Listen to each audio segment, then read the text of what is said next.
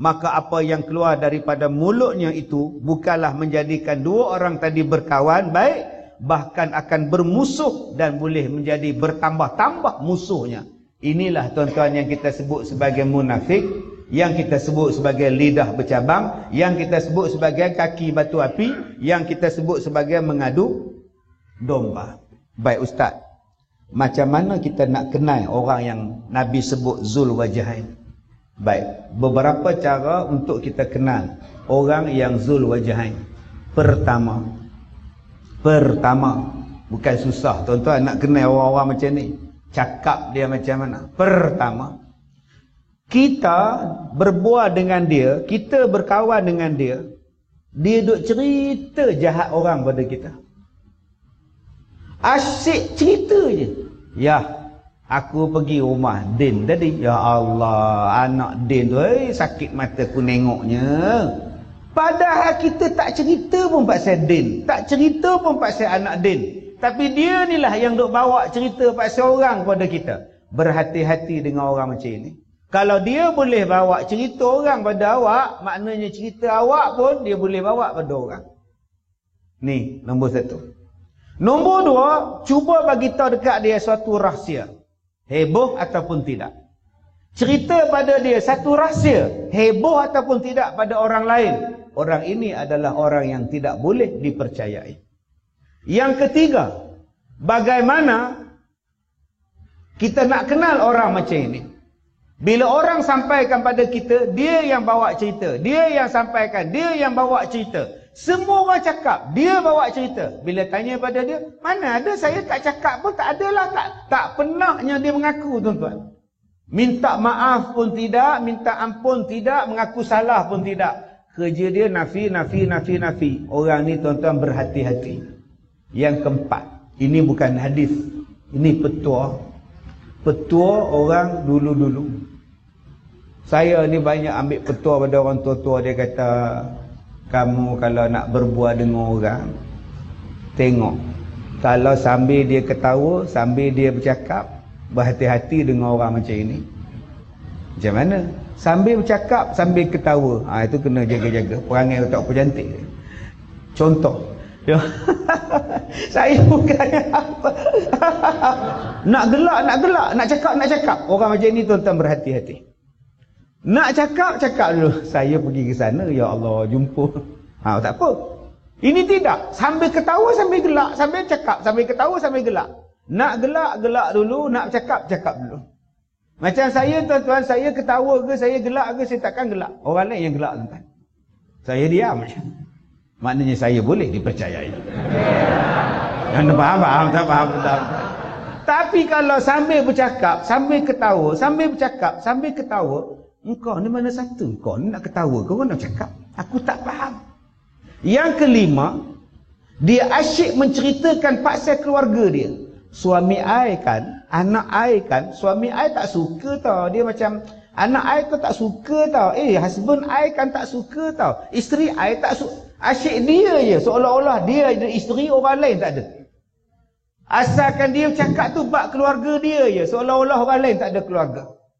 Tuan-tuan yang dirahmati Allah, bagaimana kita nak tackle hati orang? Nak tackle hati orang juga dengan lidah.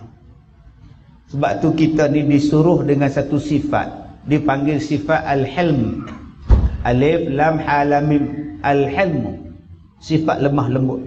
Ada seorang sahabat Nabi daripada Yaman, datang sekumpulan daripada Yaman, naik unta, naik kuda ni tuan-tuan, datang ke Madinah.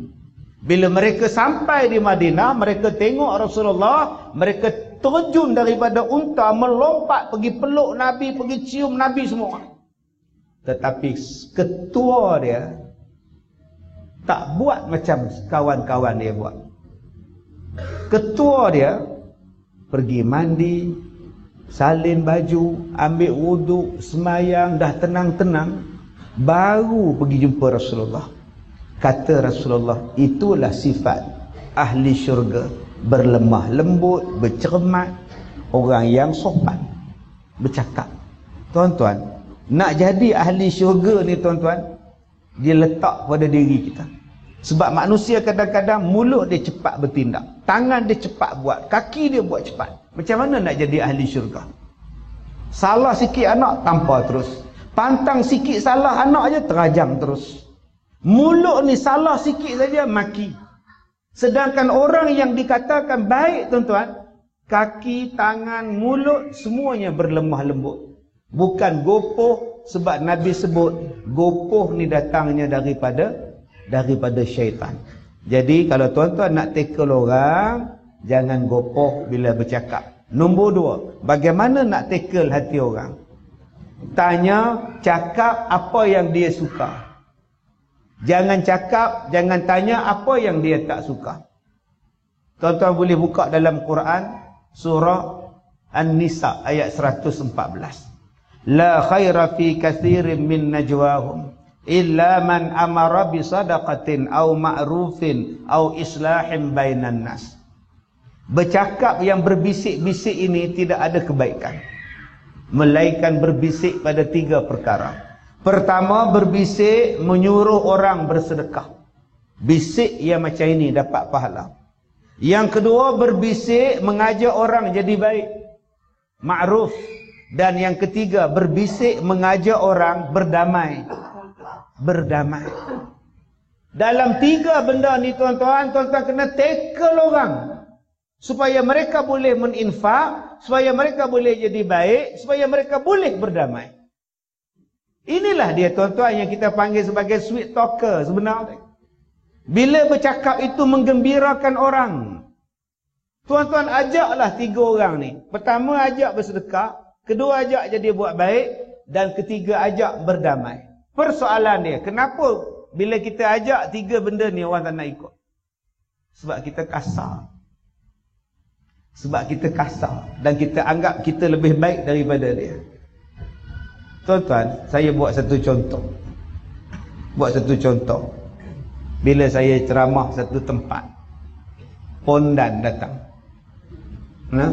Sekarang pondan pun datang kuliah dah, tuan-tuan. Jangan kita duduk pandang buruk pada pondan ni. Kadang-kadang bila kita tengok pondan, kita duduk kutuk dia. Ui, bapuk. Bapuk. Pondan tu seorang, kita berlima. Memang kita berani ya. Cuba pondan tu 5, kita seorang. Ke bawah tunduknya. Kalau aku usik dia tampar je bisu aku lah. Tuan-tuan, kita cakap elok-elok. Satu hari dia datang. Dia mengadu, dia kata, Ustaz, saya nak taubat. Saya kata, taubat di mana-mana. Boleh, taubat lah. Silakan, ahlan wa sahlan, bagus. Saya nak duduk sekolah Ustaz, boleh tak? Boleh lah. Tapi tak boleh pakai baju perempuan. Rambut kena potong lah. Dia kata dia nak insaf. Jangan makan hormon lah.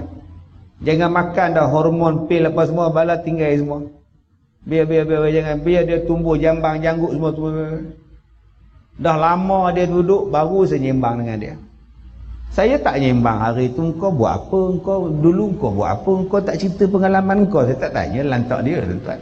Dia datang semayang, dia berzikir, dia semua. Dah lama baru saya tanya dia, di mana potong halkum? Baru saya tanya dia, halkum ni operate di mana? Dia kata kat Thailand. Oh, sakit tak? Sakit ke?